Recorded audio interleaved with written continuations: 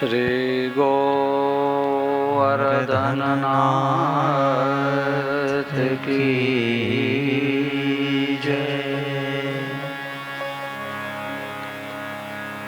चिंता संतान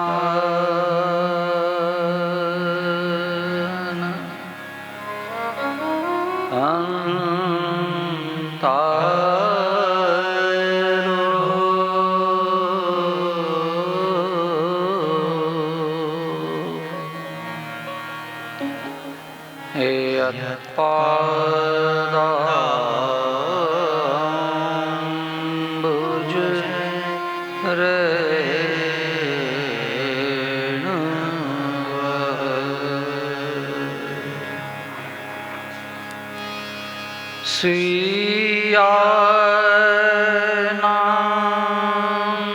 स्वीयानान्ता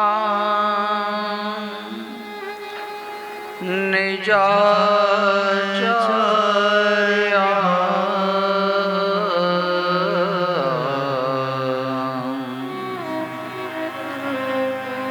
प्रणमामि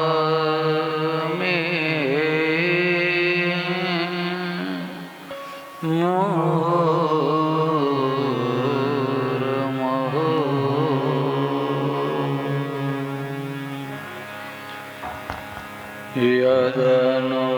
यदनुग्रहतो जन्तो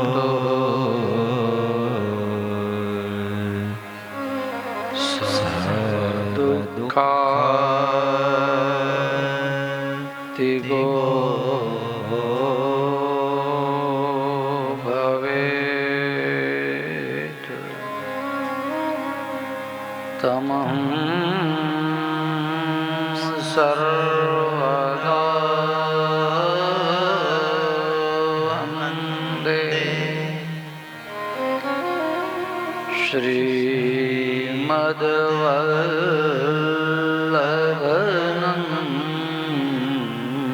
श्रीमद्वल्लभनन्दनं।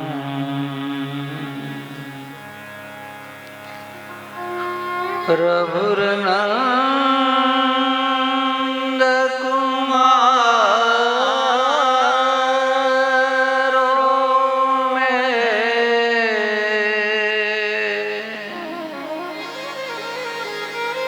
स्वामिनी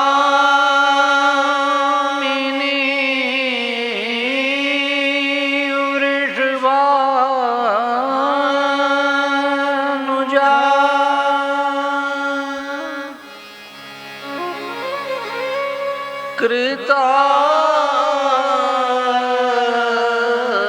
कृतार्थो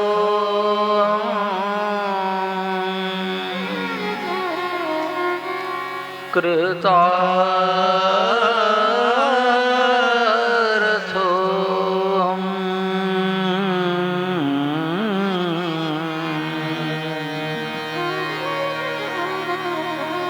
कृतार्थो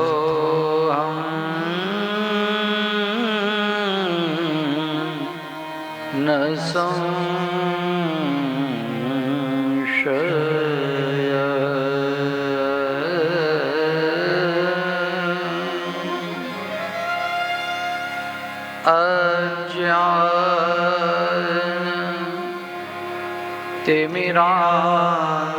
अज्ञानतिमिरान्धस्य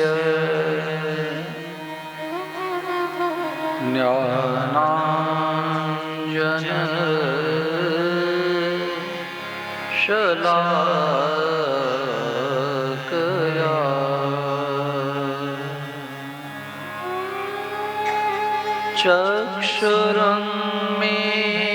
चक्षुरुन्मीलितं येन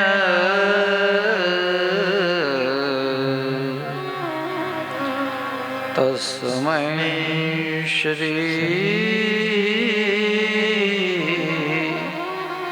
गुरवे नमामि।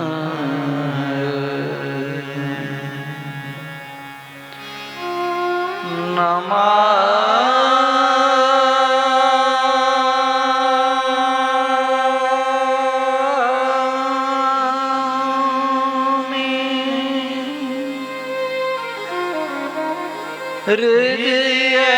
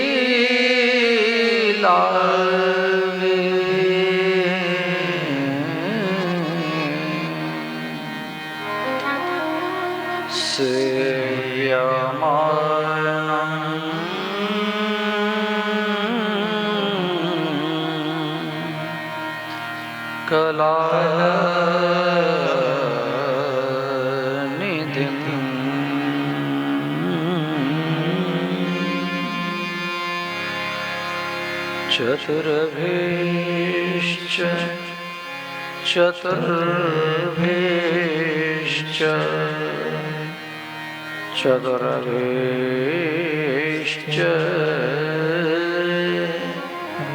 त्रिभिस्तथा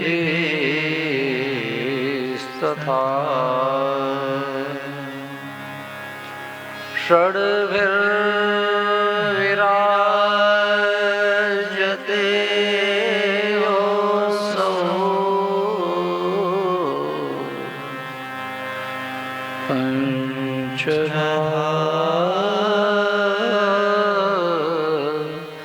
हृदये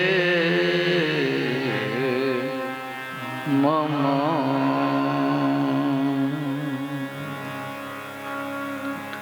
श्री गोवर्धननाथ की श्री गिरिराज धरण की जय।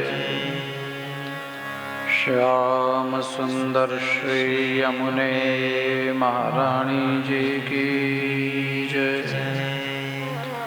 श्री वल्लभाधीश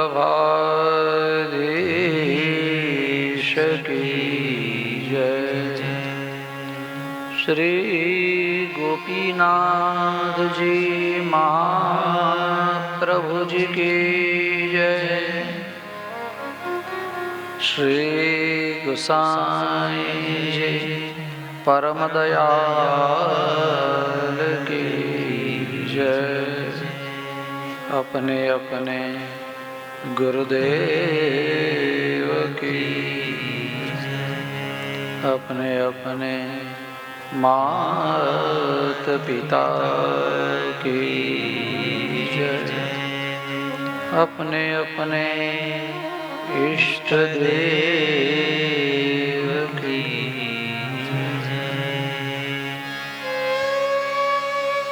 समस्त वल्लभ कुल परिवार की जय।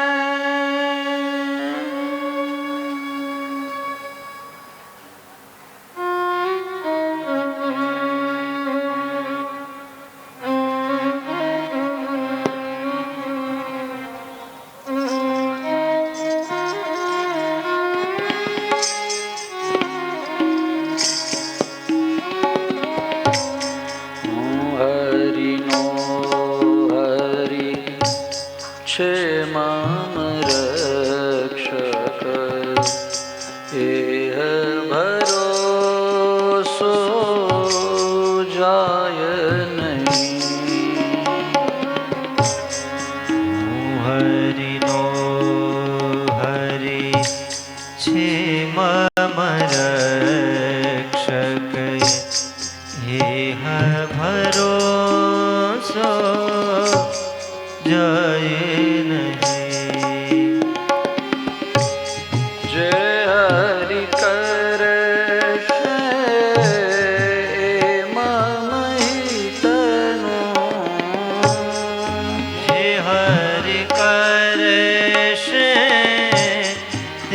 ममहितनु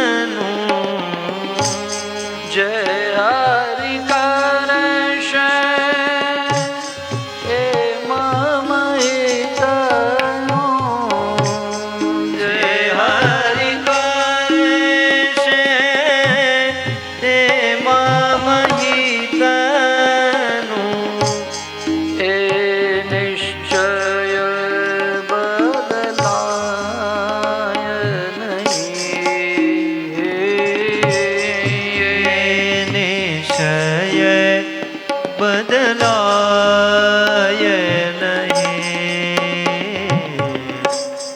एह भरोसो जाय नहीं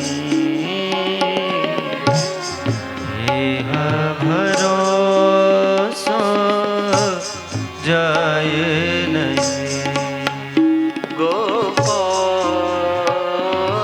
राधे कृष्ण गोविंद गोविंद गोपाल राधे कृष्ण गोविंद गोविंद गोपाल राधे कृष्ण गोविंद गोविंद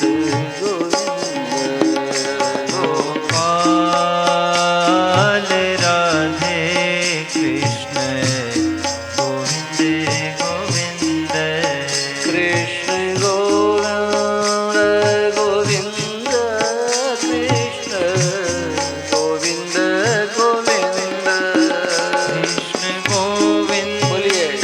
गोविंद कृष्ण गोविंद गोविंद राधे गोविंद गोविंद राधे गोविंद गोविंद बोलो। राधे गोविंद गोविंद राधे गोविंद गोविंद राधे गोविंद गोविंद राधे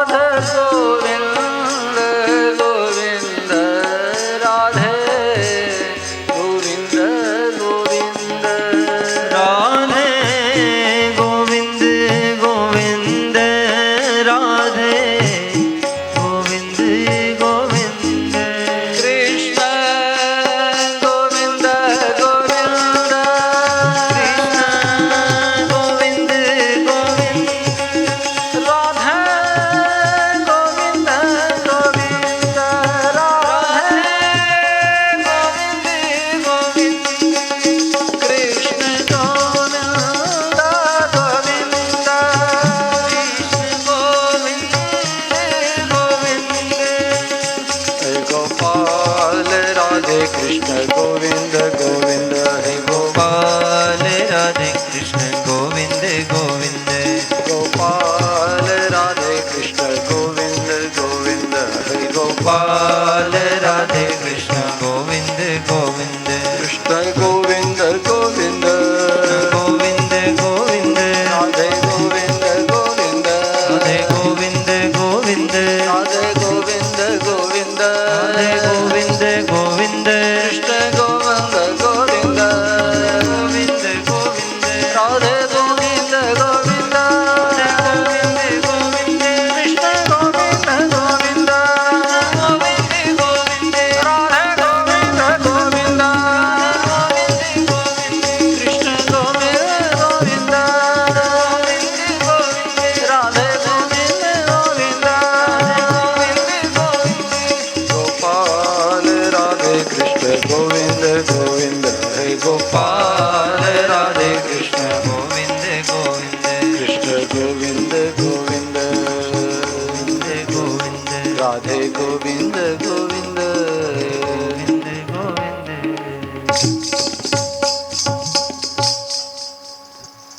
श्री बाल कृष्ण लाल की जय। श्री यदुनाथ जी महाप्रभु जी की जय। श्री नवनीत लाल प्यारे की जय। श्री शुकदेव जी महाराज की जय।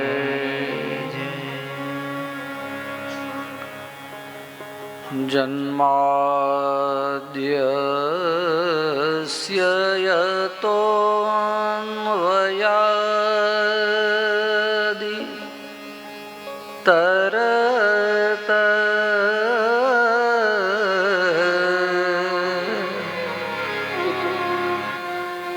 चार्थेष्वभिज्ञस्वराट्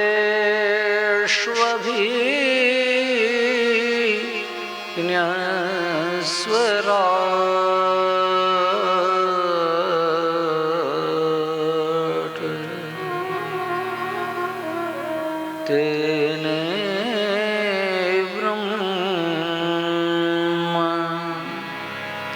हृदय आदि कवये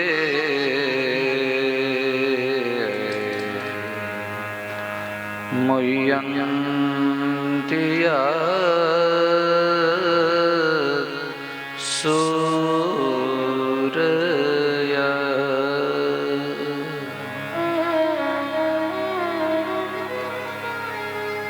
तेजो वारिमृदां यथा विनिमयो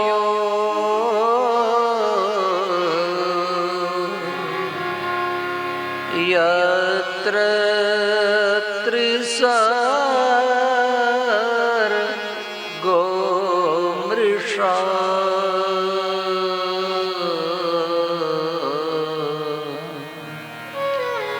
धाम्ना स्वेन सदा निरस्तकुहकम्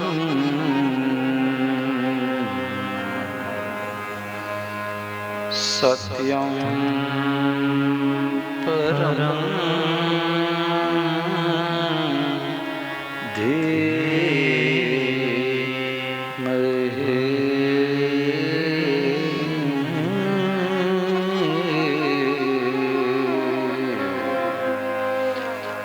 सत्यं परं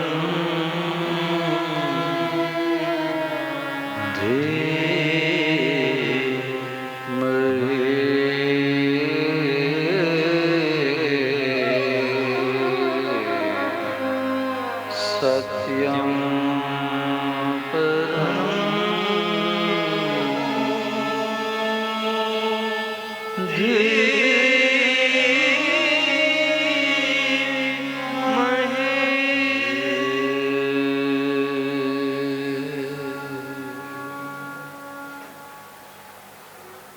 परब्रह्म परमात्मानंद नंदन यशोदोत्संगलालित समस्त ब्रह्मांड नायक निकुंज नायक भगवान श्री कृष्ण एव अस्य जगतः बीजं यतो वा इमानि भूतानि जायन्ते येन जातानि जीवन्ति यत् प्रयान्ति अभिसंविशन्ति तद ब्रह्म विजिज्ञासस्व। परब्रह्म परमात्मा नंद नंदन यशोदोत्संग लालित समस्त ब्रह्मांड नायक निकुंज नायक श्री हरि ठाकुर जी जैनो दिव्य अलौकिक स्वरूप श्री बालकृष्ण स्वरूपे नित्य विराजमान छे। એ નિધિ સ્વરૂપ બાલકૃષ્ણ પ્રભુના શ્રી ચરણોમાં પ્રણામ, આપ સૌને પ્રણામ। આ ભગવત કૃપાથી શ્રીમદ ભાગવતજીના આ દિવ્ય અલૌકિક જ્ઞાન સત્રનો પ્રારંભ થયો ત્યારે શ્રીમદ ભાગવતજીના પ્રથમ શ્લોકની અંદર મંગલાચરણ કર્યું। માત્ર પ્રથમ શ્લોક નહીં, બીજો અને ત્રીજો શ્લોક પણ એવો જ મંગલાચરણ રૂપ છે। આ શ્રીમદ ભાગવતનો પહેલો સ્કંધ એ અધિકાર લીલા છે. આપણે ગઈકાલે જોયું કે પ્રભુની 10 પ્રકારની લીલાઓ છે. શાસ્ત્રનો અર્થ 10 પ્રકારનો, એટલે પ્રભુની લીલાઓ પણ 10 પ્રકારની.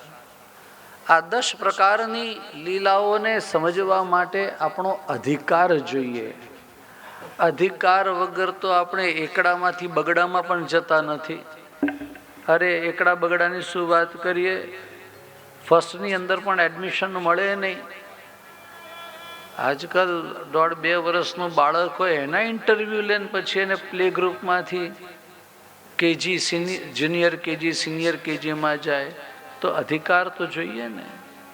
અધિકાર વગર કોઈ કંઈ પામે નહીં. હા, એ વાત અલગ છે કે એનો પોતાનો અધિકાર ના હોય, પણ પ્રભુ કૃપા કરે ને અધિકાર મળી જાય, પણ એની માટે અધિકાર તો જોઈએ જ. તમને વાત સમજાય છે?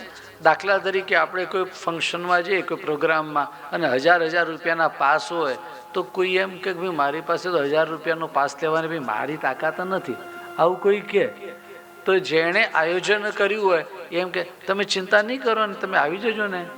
અરે પણ મને કેવી રીતે, હું તમને પાસ આપી દઈશ, હું તમને 5 પાસ આપી દઈશ. આપણે એમ કે ભાઈ મને તો 1 જ પાસ જોઈએ, હું તમને 5 પાસ આપી દઈશ. તો આપણે તો જઈએ, પણ આપણી સાથે બીજા પણ 4 જણને લેતા જઈએ. તો ત્યારે આપણને અધિકાર કેવી રીતે મળી ગયો? આપણા ખિસ્સામાં પૈસા નહોતા, પણ એની કૃપા થઈ તો અધિકાર મળી ગયો કહેવાય ને. પણ છતાંય પાસ તો જોઈએ ને. તો એ અધિકાર કેવી રીતે મળ્યો? પેલા ભાઈએ આપણને 5 પાસ આપી દીધા, વગર ખર્ચે આપી દીધા. એમ પ્રભુ કૃપા કરે તો પણ અધિકાર મળી જાય. અચ્છા, શ્રીમદ ભાગવતની અંદરની બહુ જ મજાની વાત એવી છે કે કોઈનો પણ અનધિકાર નથી. કોઈની માટે એવું નથી કે ભાઈ તારો અધિકાર નહીં, જા તું બહાર ઉભો રહે, તને અંદર એન્ટ્રી નહીં. આવું શ્રીમદ ભાગવતમાં નથી. 3 પ્રકારના અધિકાર બતાવ્યા. સૌથી ઉત્તમમાં ઉત્તમ શ્રેષ્ઠ અધિકાર છે, એનું નામ ઉત્તમ અધિકાર. બીજો જે છે એ મધ્યમ અધિકાર, અને ત્રીજો છે એનું નામ સામાન્ય અધિકાર અથવા હીન અધિકાર. પણ કોઈ જગ્યાએ એમ નહીં કહ્યું કે કોઈ અધિકાર જ નહીં. એનો અધિકાર નહીં એવી વાત નહીં, અધિકાર છે. તો સુત પુરાણી શૌનક આદિનો સાધારણ અધિકાર, પણ અધિકાર તો છે ને ભાઈ. તો ભગવત કૃપા એવી છે કે આપણને સમજાય કે ના સમજાય, પણ આપણે અહીં બેઠા છીએ તો આપણો અધિકાર છે. ઘણી વાર એવું થાય, ઘણી બધી વાતો એવી જે સમજાય જ નહીં, એકદમ માથા ઉપર થઈને જતી હોય, અને ત્યારે અમને અમારા ગુરુજી યાદ આવે. અમારા ગુરુદેવ અમને ભણાવે ત્યારે એમ કહેતા હતા, બેસ ને ભાઈ તું. તો એ ભણાવતા હોય પેલા મોટા ક્લાસના છોકરાઓને, અને અમને પણ એમ કે તું બેસ ને એમ. તો અમે કે ભાઈ અમને આમાં શું ખબર પડવાની, કે તે આજે સાંભળેલું હશે ને તો કાલે ખબર પડશે. તું પણ પછી આ ક્લાસમાં આવીશ ને ત્યારે ખબર પડશે. હવે ગુરુજી બધાને કેવી રીતે ભણાવવા જાય, તો કે તું પણ બેસ એમ. એમ કરતા કરતા આપણો અધિકાર પણ ધીરે ધીરે સિદ્ધ થઈ જાય. આપણે તો પ્રયત્ન એવો કરવાનો છે કે જે વધુને વધુ લોકોને સમજાય એવી ભાષા લઈશું.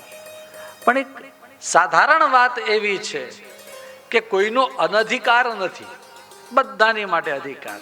ભગવત કૃપા આપણી ઉપર થઈ ત્યારે તો આપણે આટલે સુધી પહોંચ્યા છીએ ને. હવે કોઈ એમ કે તારો અધિકાર નથી તો ક્યાં જઈએ? હા,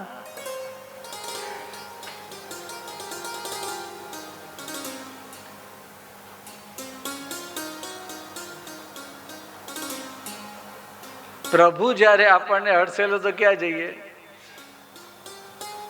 આપણે ત્યાં તો એવું છે કે કોઈક વાર એવું બને,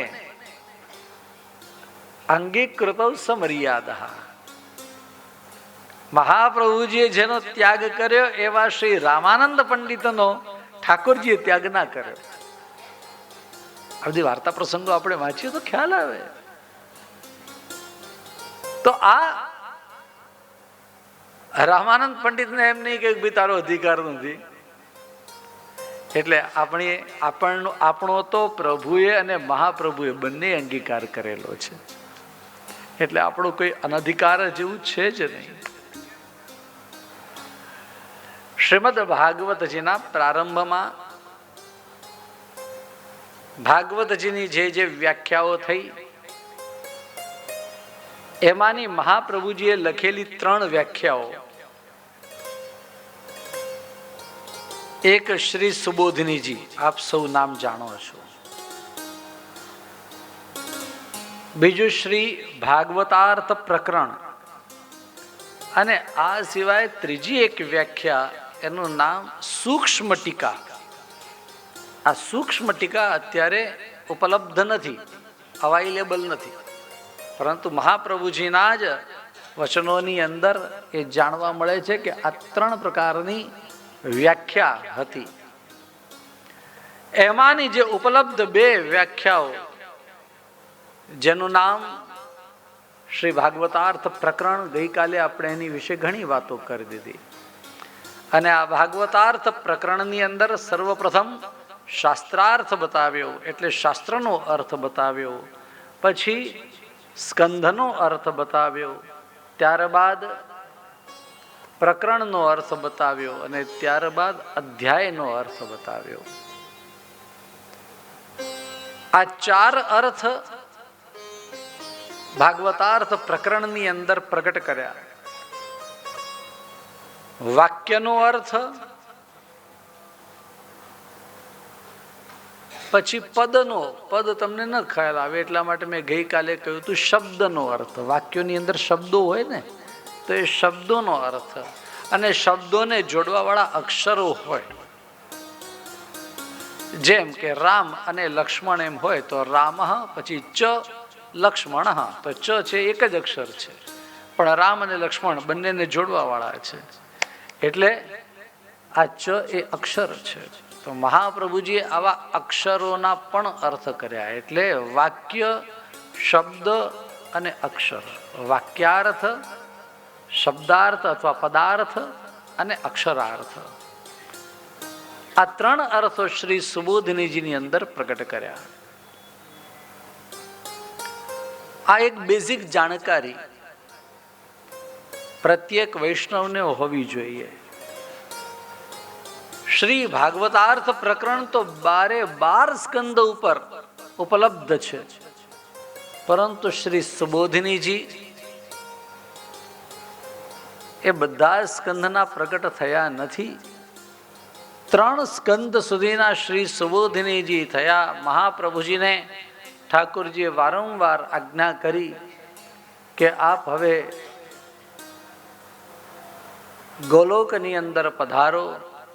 ત્યારે આગળના 4થા થી લઈને 9મા સ્કંદ સુધીના શ્રી સુબોધિનીજી ન કરતા તરત જ 10મ સ્કંદના શ્રી સુબોધિનીજી કરવા માટે મહાપ્રભુજી ઉદ્યુક્ત થયા, તૈયાર થયા, અને મહાપ્રભુજીએ 10મ સ્કંદના શ્રી સુબોધિનીજી પ્રગટ કર્યા. 11મા સ્કંદના બીજા 3.5 અધ્યાય. આટલા અધ્યાયોના શ્રી સુબોધિનીજી આજે પણ ઉપલબ્ધ છે, એટલે કે અવાઇલેબલ છે. સંસ્કૃતની અંદર આ પ્રત્યેક ગ્રંથ રચાયા છે. મહાપ્રભુજીનું વાંગમય કલેવર તો ખૂબ મોટું છે. એટલે કે જે લિટરેચર ઓફ શ્રીમદ આચાર્ય ચરણ વલ્લભ, એ કોઈ સાધારણ નાના 2-4 પુસ્તક નથી. આપણે ત્યાં ષોડશ ગ્રંથને ગ્રંથ કહેવાય. તમે જુઓ તો ભાઈ ષોડશ ગ્રંથની અંદર કોઈમાં 8 શ્લોકમાં, કોઈમાં 8.5 શ્લોક, કોઈની અંદર 9 શ્લોક, કોઈની અંદર 12 શ્લોક, કોઈની અંદર 19 શ્લોક. તો આટલા શ્લોકોનો ગ્રંથ હોય? બોલે એક ગ્રંથ કરતા પણ એ મોટા છે, એટલા માટે એનું નામ ષોડશ ગ્રંથ છે. અણુભાષ્ય વગેરે ભાષ્ય ગ્રંથો પણ રચાયા છે. આ ઉપરાંત પ્રકીર્ણ ગ્રંથો પણ છે, ગાયત્રી ભાષ્ય પણ છે. પ્રકીર્ણ ગ્રંથોની અંદર પરિવૃઢાષ્ટક, ભગવત ભાવોની વૃદ્ધિ માટે મધુરાષ્ટક જેવા, શ્રી ગિરિરાજધાર્યષ્ટકમ, શ્રી ગોપીજન વલ્લભાષ્ટક, આવા ગ્રંથો પણ છે, આવા સ્તોત્રો પણ છે. તો મુખ્ય વાત ઉપર આપણે આવીએ તો આ શ્રી ભાગવતાર્થ પ્રકરણ, એની અંદર આપણે ગઈકાલે થોડુંક જોયું કે આ શ્રી ભાગવતાર્થ પ્રકરણની અંદર શાસ્ત્રાર્થ જોયો. ફરી પાછી વાત કરું, તમે ગુજરાતીમાં અર્થ કરો છો શાસ્ત્રાર્થ એટલે બહુ મોટો શાસ્ત્રાર્થ થયો, ધડાધડી થઈ ગઈ, એવો અર્થ નથી. અહીંયા આણે આમ કહ્યું, આણે તેમ કહ્યું, એમ અર્થ નહીં. શાસ્ત્રનો અર્થ, પેલા જે વિદ્વાનો શાસ્ત્રાર્થ કરે એની અંદર શાસ્ત્રના અર્થ માટે થઈને એ લોકો પોતાના સિદ્ધાંતો રજૂ કરે કે આ શાસ્ત્રનો આવો અર્થ છે. ત્યારે બીજા એમ કે નહીં, આવો નહીં, આવો અર્થ થાય, આવો નહીં, આવો અર્થ થાય. એટલે ત્યાં એ જે ધડાધડી હોય એવો અર્થ અહીંયા નથી. અહીંયા અર્થ એવો છે કે શ્રીમદ ભાગવત નામનું જે શાસ્ત્ર છે એનો અર્થ શું થાય? આનંદ રૂપ હરિની લીલા, એ આ શ્રીમદ ભાગવતમાં છે. શું છે? આનંદ રૂપ હરિની લીલા, એ શ્રીમદ ભાગવતજીમાં છે. તો આનંદ રૂપ હરિ એ કેવા છે? બોલે જેમ શ્રુતિની અંદર એટલે વેદમાં એમ કહ્યું છે કે પ્રભુને 12 અંગ છે, 12 અંગવાળા ભગવાન છે. તો શ્રીમદ ભાગવતમાં પણ 12 સ્કંદ છે. બોલ શ્રી બાલકૃષ્ણ લાલ કી જય. શ્રીમદ ભાગવતમાં કેટલા સ્કંદ છે? 12 સ્કંદ. 10 પ્રકારની લીલા પ્રભુ કરે એટલે 10 સ્કંદ એના. એક અધિકારનો એટલે પહેલો સ્કંદ, અને બીજું એનું સાધન એટલે શ્રવણ માટે. શ્રવણ કરવું હોય તો કઈ રીતે કરાય એ બીજા સ્કંદની અંદર બતાવ્યું. અને ત્યારબાદ આ 10 લીલા વિશિષ્ટ ભગવાન એની વાત કરી. તો ટોટલ 12 સ્કંદ છે શ્રીમદ ભાગવતજીની અંદર. અને પ્રભુના પણ કેટલા અંગ છે? 12 અંગ. 12 અંગ, 12 સ્કંદ. પ્રથમ સ્કંદનું જ્યારે પણ આપણે રસપાન કરતા હોઈએ ત્યારે બરોબર યાદ રાખવાનું. પ્રથમ સ્કંદના રસપાન સમયે ધ્યાન રાખવાનું કે આ શ્રીજી બાવાનો જમણો ચરણ છે. ટૂંકમાં કહી દઉં, ચાલો. પ્રથમ સ્કંદ એ શ્રીજી બાવાનું જમણું ચરણ. ભાઈ જમણું ને ડાબું ખબર પડે છે ને બધાને?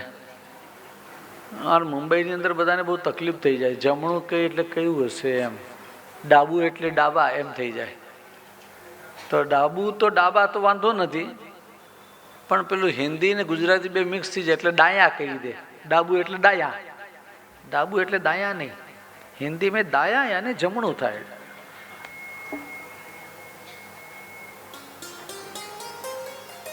Right leg. તો જમણો ચરણ એ પ્રથમ સ્કંદ છે.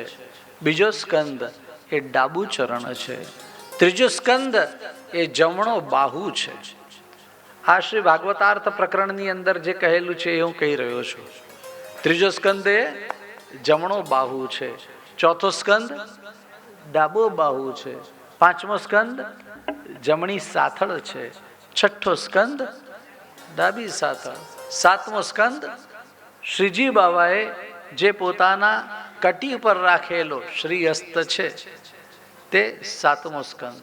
અષ્ટમ સ્કંદ એ જમણી છાતી, જમણું વક્ષસ્થળ, જમણો સ્તન, અને નવમ સ્કંદ એ ડાબી છાતી છે. દશમ સ્કંદ એ હૃદય છે. 11મો સ્કંદ એ શ્રી મુખારવિંદ અને 12મો સ્કંદ એટલે શ્રીજી બાબાએ જે ઊંચો કરેલો શ્રીહસ્ત છે આ 12મો સ્કંદ. એમ શ્રી ચરણારવિંદથી લઈને આશ્રય 12મો સ્કંદ શું છે? આશ્રય. પુષ્ટિ માર્ગની અંદર આશ્રયનું સ્થાન સૌથી ઊંચું છે. એટલે જો શ્રીજી બાબાના શ્રી મસ્તક કરતા પણ શ્રીહસ્ત છે એ ઊંચો છે. મસ્તક છે તો મુક્તિ છે, મુક્તિ કરતા પણ આશ્રય એ ઉપર છે. ઘણી વાર એવું થઈ જાય કે માણસને મુક્ત કરી દો, સ્વતંત્ર કરી દો. સ્વતંત્રતાની અંદર જો માણસ ભૂલે ને તો સ્વચ્છંદતા આવે. મુક્ત થયેલો વ્યક્તિ પણ ક્યારે લપસી પડે કે કહેવાય નહીં. હા,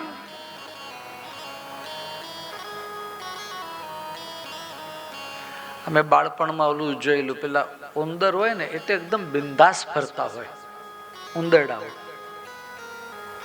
મુક્ત છે, પણ પેલું પાંજરાની અંદર રોટલી જોઈ ને એને એમ થયું કે આ તો બહુ સરસ, લાવો.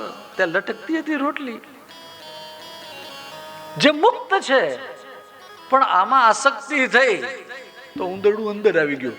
જેવું અંદર આવી ગયું તરત ફટાક બંધ. પેલું લે, તું મુક્ત મુક્ત ક્યારનો મજા કરતો હતો ને, તારી મુક્તિ જો સીલ વાગી ગઈ અને હવે ક્યાંય ન જઈ શકે પાંજરામાંથી બહાર. એટલે મુક્ત થયેલો પણ ક્યારે આસક્ત થઈ જાય તો અંદર પાછો પિંજરામાં થઈ જાય. પણ આશ્રયમાં રહેલો હોય, યાદ રાખો, મુક્ત થયેલાને પડવાનો ભય છે, પણ આશ્રયમાં રહેલાને પડવાનો ભય નથી. સમજ માં આ રહી બાત? અમારા એક મિત્રના ઉત્તરાખંડમાં એનું હિમાચલમાં એનું ઘર. ઘણા વર્ષ પહેલા હું એના ત્યાં ગયેલો તો એના ઘર સુધી જવાના રસ્તા પણ નહીં. જવું હોય ને તો પહાડ ચડીને જવું પડે. અમુક સુધી એની નાની નાની ગાડીઓ જાય, પછી પહાડ ચડવો પડે 1-1.5 કિલોમીટર એવું. તો એના મોટા ભાઈ, એનું નામ રામચંદ્ર, તો મને બહુ માનપાન આપે.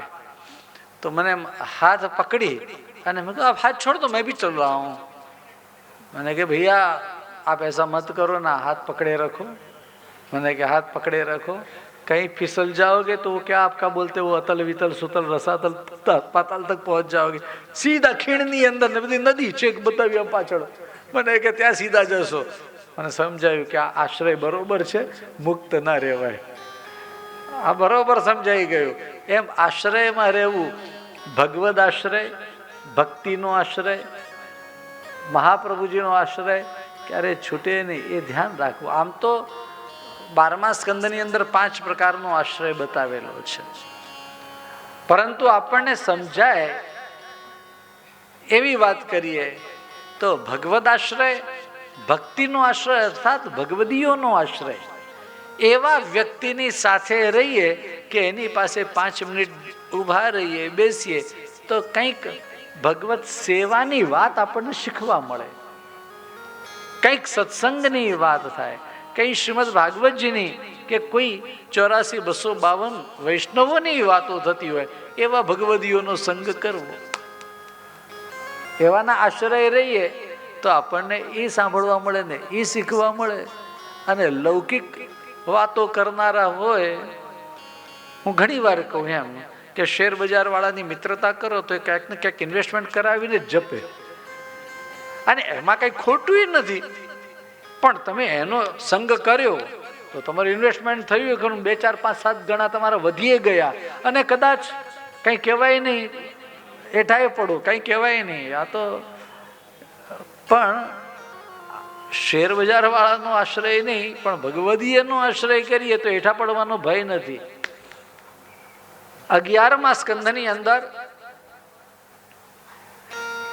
નવયોગેશ્વરો એમ કહે છે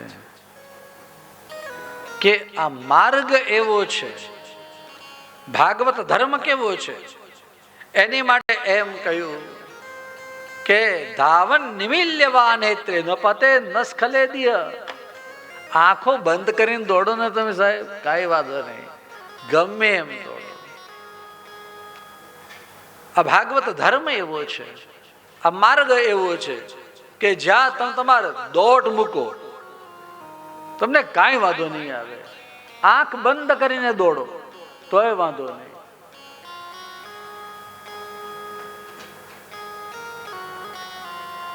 ભગવદીઓનો સંગ કરવો. શ્રી હરરાયજી એમ કે હું વારી જાઉં ઇન વલ્લભી ન પર.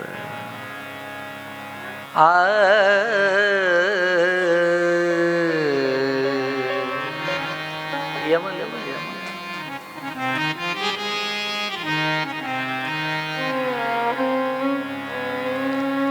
હો વારી જાઉં ઇન વલ્લભી ન પર. अपने तन का करो बिछोना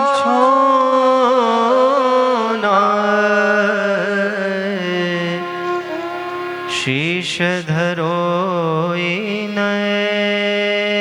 चरणन तर हो वारी इन वल्लभियन पर. वारी इन वल्लभियन पर. मेरे तन को करो बिछोना शीश धरो इन चरणन तर हो वल्लभियन पर.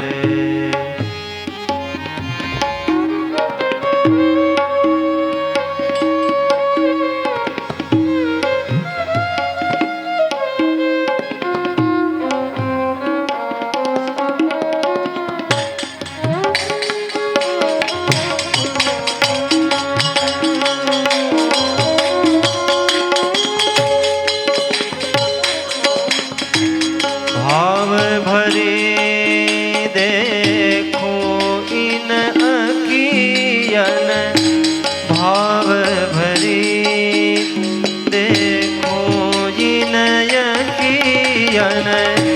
मंडल मध्य विराजत गिरिधर, मंडल मध्य विराजत गिरिधर. वे तो मेरे प्राण जीवन धन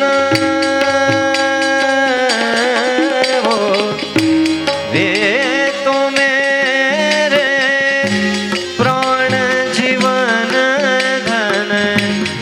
देखो मेरे प्राण जीवन धन.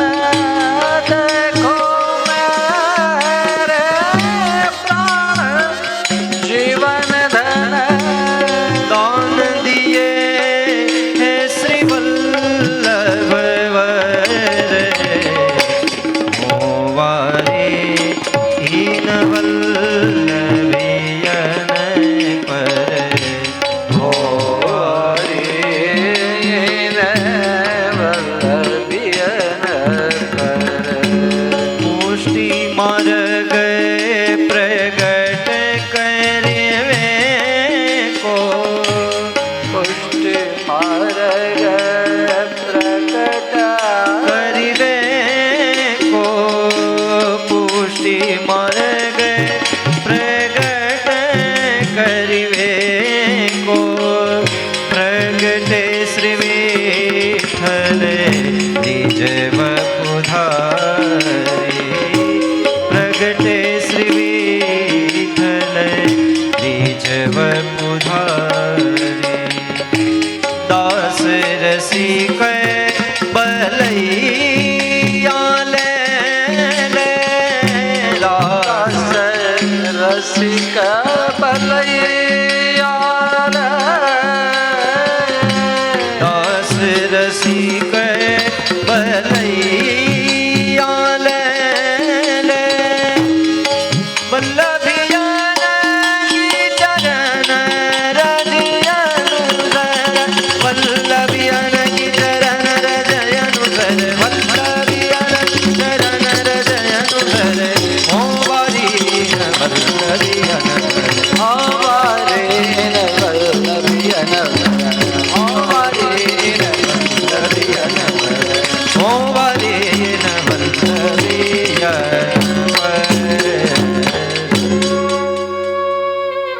શ્રી વલ્લભાધીશ કી જય. શ્રી હરિરાયજી કેવી ભાવ દશાની અંદર વલ્લભિયન અર્થાત વૈષ્ણવ સમુદાયની વંદના કરે અને વારી એને વલ્લભિયન પર આપને તનકો કરો બિછોના. આવા ભગવદીય જ્યારે ભેટે મળે તો એની આગળ 5 મિનિટ પણ ઊભા રહીએ તો આપણું શ્રેય છે, કંઈક કલ્યાણ થાય. અન્યથા ભગવદીયનો આશ્રય ન કર્યો.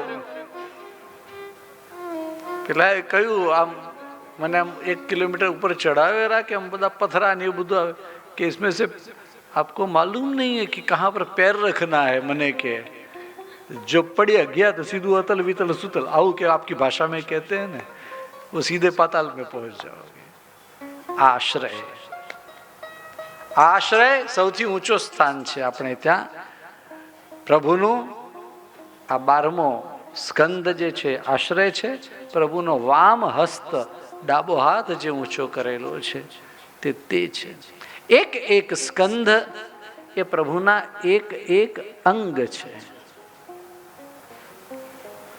પ્રથમ સ્કંદ અધિકાર લીલા, બીજો સ્કંદ સાધન લીલા, ત્રીજો સ્કંદ સર્ગ લીલા, ચોથો સ્કંદ વિસર્ગ, પાંચમો સ્થિતિ, છઠ્ઠાનું નામ છે પુષ્ટિ લીલા, સાતમા સ્કંધનું નામ છે ઊતિ લીલા, આઠમા સ્કંધનું નામ મન્વંતર, નવમો ઈશાનુ કથા, દશમ સ્કંદ નિરોધ લીલા, 11મો મુક્તિ અને 12મો એનું નામ છે આશ્રય લીલા. આ પ્રથમ સ્કંધની અંદર પ્રવેશ કરતા 3 શ્લોકોમાં મંગલાચરણ કર્યું અને ચોથા શ્લોકથી કથાની અંદર પ્રવેશ કર્યો. ત્યારે બહુ સુંદર એની સંગતિ ગઈકાલે પરમ પૂજ્ય શ્રી મુકુંદરાયજી મહારાજશ્રીએ જે વચનામૃત વર્ષા કરી ત્યારે આપણને સૌને સમજાવ્યું કે આ આગળના 3 શ્લોકોની સંગતિ કઈ છે. 3 શ્લોકોમાં મંગલાચરણ છે. હું તમને સરળ ભાષામાં કહું તો પહેલો શ્લોક એ બીજ છે, બીજો શ્લોક એ વૃક્ષ છે અને ત્રીજો શ્લોક એ ફળ છે. બીજ વગર વૃક્ષ થાય નહીં, વૃક્ષ વગર ફળ મળે નહીં. આ તો સાધારણ સમજાય એવું વાત છે ને. સમજી લો કે વૃક્ષ એ વેદ છે તો વેદનું ફળ એ શ્રીમદ ભાગવત છે. તો બોલે વેદ હોય તો વેદની અંદરનું બીજ શું છે? તો બોલે ગાયત્રી મંત્ર એ બીજ છે. મહાપ્રભુજીએ શ્રી સુબોધિનીજીની અંદર આ પ્રથમ શ્લોક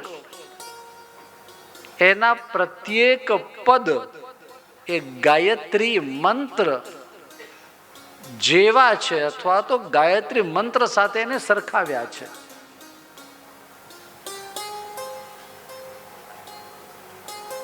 એટલે ગાયત્રી એ તો વેદની માતા છે.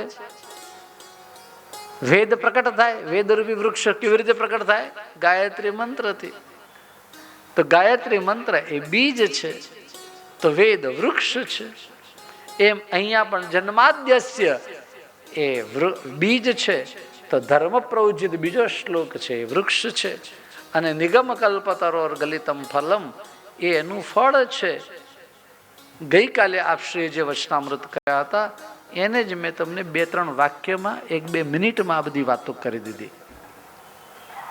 હવે આપણે શ્રીમદ ભાગવતની વાત કરીએ તો શ્રીમદ ભાગવતની અંદર પ્રથમ શ્લોક છે એમાં એમ કહ્યું સત્યમ પરમ ધીમહિ. તો પરમ સત્ય એનું અમે ધ્યાન કરીએ છીએ. પરમ સત્ય એટલે શું ભાઈ? તો બોલે સત્ય છે એ જ બ્રહ્મનું નામ છે. બ્રહ્મને જ બીજી ભાષામાં સત્ય કહેવાય. સમજાય છે ભાઈ? બ્રહ્મ એટલે શું? કોને ખબર પડે બ્રહ્મ એટલે? ચલો કઈ વાંધો નહીં. તમને એ ખબર છે ભગવાન એટલે શું? આ 3 શબ્દો યાદ રાખો. એક છે ભગવાન, પછી બીજો શબ્દ છે પરમાત્મા, અને ત્રીજો શબ્દ છે બ્રહ્મ. થોડું કઠિન લાગે એવો શબ્દ છે બ્રહ્મ. આપણને તો ભગવાન શબ્દ ખબર પડે. હા, તો ભગવાન જ્યારે લીલાઓ કરવી હોય ત્યારે ભગવાન લીલાઓ કરે. આ ભગવાન એટલે જેની અંદર 6 ધર્મ રહેલા છે એને ભગવાન કહેવાય.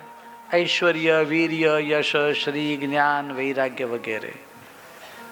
એનાથી આગળની વાત, જગતનું સર્જન કરવું હોય ત્યારે પરમાત્મા એ આત્માને પોતાથી અલગ કરે. એટલે આપણે બધા આત્મા ને એ પરમ આત્મા છે.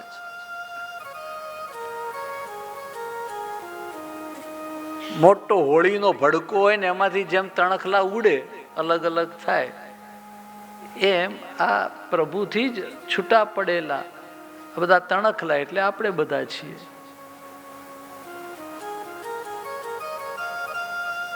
એને વિસ્ફુલ્લિંગ એમ કહેવાય. એનું વ્યુચ્ચરણ આવા બધા શબ્દો છે. શેમાં? ઉપનિષદોમાં.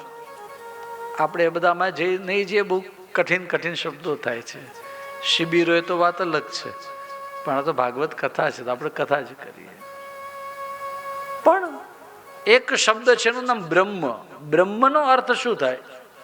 બ્રહ્મ એટલે જે સૌથી મોટું છે એનું નામ બ્રહ્મ. બ્રહ્મણાદ બ્રહ્મ.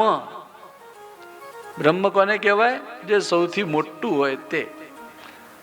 આ હોલમાં સૌથી મોટું શું છે? બોલે હોલ જ સૌથી મોટો છે. આપણા કરતા આ હોલ છે એ મોટો નથી લાગતો? થોડાક બહાર જઈએ તો ખબર પડે કે આ હોલ, આના નીચે પણ એક હોલ, આના ઉપર પણ બધું જે કંઈ છે એ બધું જોઈએ તો એ એનાથી પણ મોટું છે. પણ આ હોલ જેની અંદર છે એ ગામ અથવા તો એ એરિયા એ કેટલો મોટો, ત્યારે એમાં આ હોલ માઈ ગયો. એમાં આ અડાજણ ની અંદર હોલ આવી ગયો, પણ આ અડાજણ એટલું મોટું નથી કે એની અંદર સુરત પણ સમાઈ જાય. એ સુરતમાં એ સમાઈ ગયું. અને સુરત આપણા રાજ્યમાં કે આપણા રાષ્ટ્રમાં, અને રાષ્ટ્ર એ દુનિયાની અંદર સમાઈ ગયું. તો એ દુનિયા છે ને એ પ્રભુની આગળ કાંઈ નથી. આખી દુનિયા, આ તો માત્ર ભૂરલોક છે એટલી દુનિયા છે. એવા તો બીજા 13 લોક છે, ટોટલ 14 લોક. આ 14 લોક એનું એક બ્રહ્માંડ કહેવાય. તમને ખ્યાલ આવે ને? ઈંડું ખબર પડે? ઈંડું, એગ. ઇંગ્લિશમાં એને એગ કહેવાય. આ ઈંડું હોય ને એને સંસ્કૃતમાં અંડ કહેવાય. બ્રહ્મ સ્વરૂપ આ અંડ છે. આ આખું એવું ઈંડું છે કે એના વચ્ચે આ ભૂરલોક છે, એના ઉપર ભુવરલોક, સ્વરલોક, મહરલોક, જનલોક, તપલોક, સત્યલોક, આ 7. અને એના નીચે પાછા અતલ, વિતલ, સુતલ, તલાતલ, રસાતલ અને પાતાલ, એ 7. એમ 14 લોકનું, 14 માળનું આ એક મકાન છે, એમ સમજી લો. હવે આવા તો કેટલાય બ્રહ્માંડ એક ગેલેક્સીની અંદર હોય. એવી તો કેટલી બધી ગેલેક્સી, અને એ બધાથી જે પર છે એને બ્રહ્મ કહેવાય. અને એ બ્રહ્મ કોણ છે? મહાપ્રભુજી બહુ સરળ શબ્દમાં આજ્ઞા કરે કે પરમ બ્રહ્મ તો કૃષ્ણો હિ સચ્ચિદાનંદકમ બૃહત. આ બધાથી પર જે છે એ પરમ બ્રહ્મ તો શ્રી કૃષ્ણ જ છે. એ જ વસ્તુને અહીંયા સત્યમ પરમ ધીમહિ એમ કહ્યું. એ જે પરમ સત્ય, એ જે પરમ બ્રહ્મ છે, પરમ બ્રહ્મ છે, એનું અમે ધ્યાન કરીએ છીએ. તો બોલે તમે તો સત્યની વાત કરી, તો આમાં કૃષ્ણ ક્યાંથી આવી ગયા? આવું થાય ને. તો બોલે સત, ચિત્ત અને આનંદ રૂપ છે કે નહીં? સત મીન્સ એક્ઝિસ્ટન્સ, અસ્તિત્વ, એનું હોવું. આપણે કોઈ નહોતા ત્યારે પણ એ હતું. આપણે બધા છીએ ત્યારે પણ એ છે, અને આપણામાંથી કોઈ નહીં રહે ત્યારે પણ એ હશે. એને જે સત કહેવાય કે એને જે સત્ય કહેવાય એ પરબ્રહ્મનું અમે ધ્યાન કરીએ છીએ. આમ કહ્યું. અને આ શ્લોક એકચ્યુઅલી તો આ શ્લોકનો અર્થ બહુ જ વિસ્તારવાળો છે. જન્મ આદ્યસ્ય યતઃ, આ જે કંઈ પણ બ્રહ્માંડ બન્યું એમાં કંઈક તો પહેલા બન્યું હશે ને. પૃથ્વી, જલ, તેજ, વાયુ, આકાશ, એના પહેલા પણ કંઈક તો હશે ને. તો એ જે મહત્તત્વ જેમાંથી પ્રકટ થયું એ બ્રહ્મ, જેની અંદરથી આ બધું જ પ્રગટ્યું, એનું નામ બ્રહ્મ. અને આ બ્રહ્મ, આ સાવ સાદી સરળ સમજાય એવી ભાષામાં કહું તો એ પ્રભુ એ કેવા છે? અર્થેષુ અભિજ્ઞઃ, અને પછી કહ્યું સ્વરાટ. પ્રભુ અર્થેષુ અભિજ્ઞ છે. તમે એકવાર જય બોલી લો, પછી હું આગળની વાત કરું. શ્રી બાલકૃષ્ણ લાલ કી જય. તમે હમણાં વિવેક, ધૈર્ય અને આશ્રય સાંભળ્યું ને? બરોબર સાંભળ્યું, સમજ્યા ને? તો એમાં એક વાત આવે છે કે પ્રભુ પાસે કોઈ પણ પ્રકારની પ્રાર્થના કરવી નહીં, કંઈ માગવું નહીં, એ વાત આવે છે ને?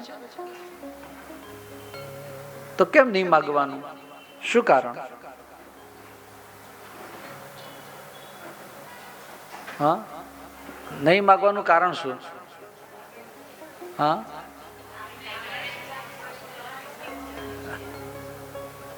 નહીં પણ માગવાનું કેમ નહીં એમ મેં પૂછ્યું.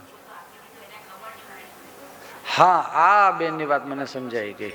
એમણે એમ કહ્યું કે એમને એટલી ખબર છે કે આપણને શું જોઈએ છે, માટે માગવાનું નહીં. બીજી બધી વાત તો ઠીક છે, નિજે ઈચ્છાતઃ વગેરે. હા, નિજે ઈચ્છાતઃ કરી છે એ વાત બરોબર, પણ સૌથી સરળ આપણને સમજાય એવી વાત નિજે ઈચ્છાતઃ કરી છે. સૌથી સરળ વાત, એમને ખબર છે કે મારે ક્યારે શું જોઈએ છે. મને એમ કહો, 4-6 મહિનાનું બાળક લઈને માં જ્યારે બહારગામ જવા નીકળે ત્યારે એ બાળક એની મમ્મીને કહે છે કે મમ્મી મારી માટે સારા માની બધી ચડ્ડીઓ લઈ લેજે, 4-5 વધારે,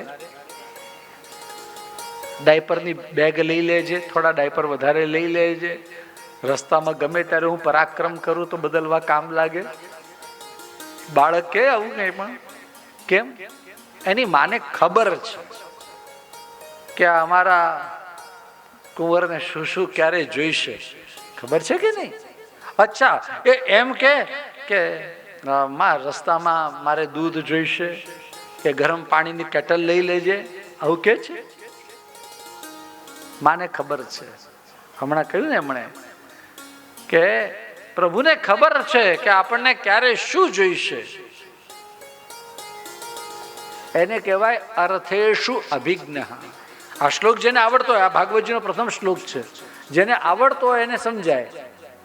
એટલા માટે પ્રભુ પાસે કઈ નહીં માગવાનું, એ અર્થેષુ અભિ. અને બીજી વાત, પ્રાર્થિતે એવા તતઃ કિમ સ્યાત, માગવાથી શું ફરક પડશે? માગવાથી મળી જશે? એને શું આપવાનું છે એને નક્કી કરવા દો ને. હું તમને 2 ઉદાહરણ આપું, કદાચ મેં ગઈ વખતે પણ આપ્યા હોય તો મને યાદ નથી. શ્રીમદ ભાગવતજીમાં એક પ્રસંગ આવે છે, 3જા સ્કંદની અંદર. કરદમ ઋષિએ તપસ્યા પૂર્ણ કરી અને પ્રભુ ત્યાં પ્રગટ થયા, અને પ્રભુની પાસે કરદમ ઋષિ શું માગ્યું? શું કહ્યું? મારે લગ્ન કરવા છે,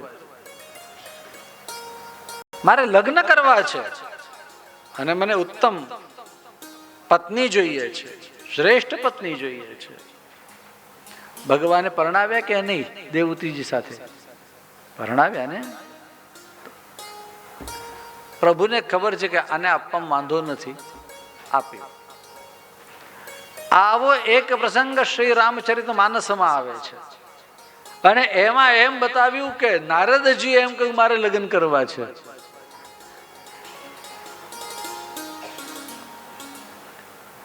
વિશ્વમોહિની સાથે લગ્ન કરવા છે. આવી કથા આવે છે રામચરિતમાનસમાં, બહુ સરસ, આમ રુચિકર કથા છે. ભગવાનને કે મારે લગ્ન કરવા, ભગવાન કે જા લગ્ન કરી લે, મને શું કહેવા, કે નહીં નહીં મને તમારું રૂપ જોઈએ છે. તમે લગ્ન કરો એનો વાંધો નહીં, પણ એના માટે થઈને પારકો કોટ લઈ આવવાનો બીજા કોઈનો, ભાઈ તું તારો મને શેરવાની આપ, મારે લગ્ન કરવા. ત્યાં સુધી જ વાંધો નહીં, બીજાની શેરવાની માગી આવો, કઈ વાંધો નહીં. બીજાની સાડી માગો, વાંધો નહીં. બીજાના દાગીના માગો, પણ પરણેતર તો જોઈએ ને કોઈ, પરણવા વાળો કે પરણવા વાળી તો જોઈએ. રૂપ માગ્યું, પ્રભુએ રૂપ નહીં આપ્યું, એને વાનરનું મુખ આપ્યું, વાનરનું રૂપ આપ્યું. નારદજીને લગ્ન ન થવા દીધા, નિજે ઈચ્છાતઃ કરિષ્યતિ. કેમ નહીં થવા દીધા? જો નારદજીના લગ્ન થઈ ગયા હોત તો આપણને શ્રીમદ ભાગવત મળત. નારદજી પણ આપણા જેમ કામે લાગી જાત ને, અહીંયા ઇન્વેસ્ટમેન્ટ કરવું છે ને આ શેરમાં, કારણ કે હવે ઘર બાર બધું ચલાવવાનું છે. હજુ અહીંયા ઘર લેવું છે ને અહીંયા બંગલો લેવો છે ને આ ગાડી લેવી છે ને આ બધામાં પડી જાત. આપણને શ્રીમદ ભાગવતજી ના મળત, આપણને નારદ પંચરાત્ર ના મળત, આપણને ભક્તિ સૂત્ર ના મળત, આપણને શ્રી રામકથા ના મળત, રામાયણ ના મળત. નારદજી તો એવા ગાડા, એ જીએ બાંધ્યા નહીં ગરબાર, જો ભાઈ ગાડાની વણજાર. જી ગાડાની વણજાર, એ જીએનો ગણતાન આવે પાર. જો ભાઈ ગાડાની વણજાર. જી ધ્રુવ ગાંડો, પ્રહલાદ ગાંડો, ગાંડા મીરાબાઈજી. પ્રહલાદ ગાંડો, ગાંડા મીરા. નારદજી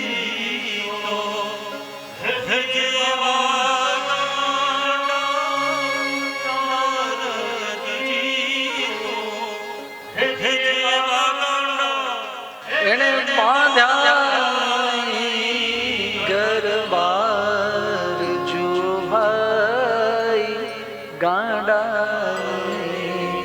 આ ગાંડાની વણજાર. ભગવાનને કોના લગ્ન કરાવવા કોના ન કરાવવા ભગવાનને નક્કી કરવા દો. આપણે ડાયા થવું, આપણને શું જોઈએ છે એને બધી ખબર છે. બરોબર ધ્યાનમાં રાખો. આપણે રસ્તામાં ચાલતા હોઈએ એટલે બાળક, ત્યારે એના માટે ગરમ પાણી કરવા માટે કેટલ જોઈશે, દૂધની કંઈક વ્યવસ્થા કરવી પડશે, સેરેલેક્સ લેવું પડશે, આ પાવડર લેવો પડશે, તે લેવું પડશે. માને ખબર છે. અર્થેષુ અભિજ્ઞ. અર્થેષુ અભિજ્ઞ એટલે એને આપણી કઈ વસ્તુ ક્યારે જોઈએ છે એને ખબર છે, એનું નામ અર્થેષુ અભિજ્ઞ. અને સ્વરાટ, સ્વરાટનો અર્થ શું થાય? આપણે બધા ચમકીએ છીએ એમ પ્રભુ પણ ચમકે છે, પણ આપણને ચમકાવવા માટે બહારની લાઈટ જોઈએ. આપણને ચમકાવવા વાળો અંદર કોઈક બેઠો છે એના લીધે આપણે ચમકીએ છીએ, પણ એની માટે એવું નથી. સ્વસ્મિન રાજતે અને સ્વેન રાજતે. સ્વેન રાજતે એટલે પોતાની મેળે એની ચળક છે. પ્રભુ પ્રભુ છે બીકોઝ ઓફ હિમસેલ્ફ. આપણે લાઈટો કરીએ અને સરસ સજાવટ કરીએ, એ તો સજાવટની કરીએ, પ્રભુની સજાવટ આપણે નથી કરી શકતા. અથવા આપણું ભાવન છે. શું કહેવાય એને? ભાવન. ભાવન એટલે એને ભાવ ભાવ કરવા. ભાવના કરવી. આજે બહુ સુંદર, શું કહેવાય આને, વિતાન કહેવાય કે બંગલો કહેવાય પુષ્પનો? હા, હું એ જ કહું, વિતાન કહેવાય. વિતાન એટલે વિસ્તાર. વિતાનનો અર્થ થાય વિસ્તાર. તો આ વિતાન છે ને, એ તો આપણો ભાવ છે. વિતાનની અંદર, ગોલોકધામની અંદર જે પ્રકારનો વિતાન થતો હોય એવું કઈ ભૂલોકની અંદર થાય? ગોલોકનો અને ભૂલોકનો બંનેનો વિતાન અલગ અલગ છે. પણ એના જેવું આપણે ભાવન કરીએ, એના જેવું જ આપણે આપણા મંદિરોની અંદર, એટલે આપણા ગૃહ મંદિરની અંદર, અથવા તો સેવ્ય સ્વરૂપ જ્યાં નિધિ સ્વરૂપ બિરાજતા હોય ત્યાં, એ દરેક જગ્યાએ, સાવ સરળ ભાષામાં કહું તો હવેલીની અંદર પણ એવું ભાવન કરવામાં આવે. જેવું ગોલોકધામમાં એવું મંદિરમાં, જેવું મંદિરમાં એવું આપણા સન્મુખની અંદર જ્યાં પણ આપણે હોઈએ તે આપણે ભાવન કરીએ છીએ. એટલે એવી ભાવના કરીએ છીએ. ભાવનનો અર્થ ભાવના. અને એવું એમ કે પ્રભુ આવામાં બિરાજે છે, આવો આપણો ભાવ છે. પણ એનો મતલબ એવું નથી કે આપણે આ વિતાન ન કરીએ, પુષ્પ વિતાન, તો પ્રભુને પુષ્પ વિતાનનો આનંદ ના મળે એવું છે? એને તો નિત્ય ગોલોકધામની અંદર આ બધા જ મનોરથો થાય છે. આ આપણો ભાવ છે. તો એ તો સ્વયં છે, સ્વરાટ છે, આ બધાથી પર છે. અને સ્વસ્મિન રાજતે, એની અંદર એની પોતાની લાઈટ છે. એને બહારથી ઇલેક્ટ્રિસિટી લેવી નથી પડતી. એમ આપણા માટે અજવાળું કરવા માટે આપણને લાઈટની જરૂર પડે, પ્રભુને લાઈટની જરૂર પડે? પ્રભુ સ્વયં રાજતે છે, એટલે રાજે છે, વિરાજે છે. બિરાજવાનો અર્થ પણ એવો જ થાય, વિશિષ્ટ રાજી રહ્યા છે એમ. ગુજરાતીમાં રાજી એવો અર્થ નથી. હા, વિશિષ્ટ રૂપે આપણને દેખાય તે બિરાજવું કહેવાય. દાખલા તરીકે અંધારાની અંદર પણ એક હીરો હોય તો એને શોધવા માટે તમારે દીવો લઈને ના જવું પડે, એની મેળે ચમકી જ રહ્યો છે. લૌકિક હીરાઓની વાત નથી કરતો. આપણા જે લૌકિક હીરા હોય ને એને માટે તો ટોર્ચ ફેંકીએ પછી આમ તેમ ઝગમગ ઝગમગ થવા લાગે. પણ અલૌકિક હીરા જે હોય એ બધા તો પોતાની મેળે ચમકે છે. હવે સાધારણ હીરો હોય એ ચમકતું હોય તો આ તો નંદ ભુવન કો ભૂષણ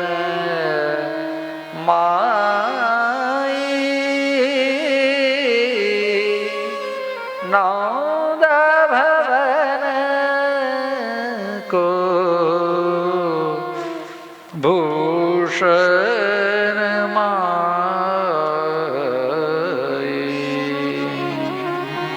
પ્રભુ કેવા છે?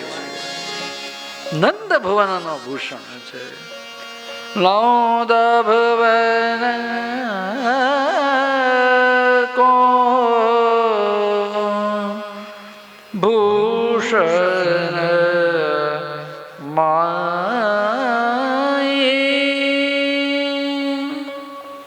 નંદ ભવન કો ભૂષણ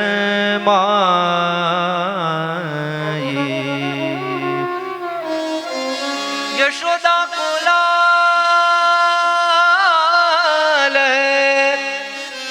વિરહલ ધર કો રાધરમન સદા સુખદાયી નંદ ભુવન